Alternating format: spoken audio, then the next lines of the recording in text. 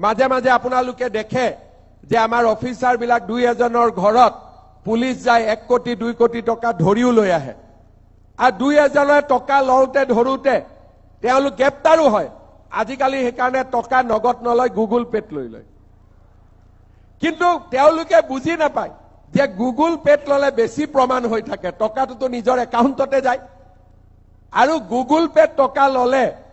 officer সকলৰ কাৰণে বেছি সহজ কাৰ একাউণ্টত কিমান টকা গল আজিকালি এনেকুৱাও দুই এজন আছে যোনে নিজৰ ড্ৰাইভাৰৰ একাউণ্টত টকা লয় নিজৰ লগত থকা এজন দুজনৰ একাউণ্টত টকা লয় কিন্তু আমি এটা কথা জানো যে যেনেকৈ যি নকৰক কিয় আমি সেই সকল ব্যক্তিৰ ঘৰত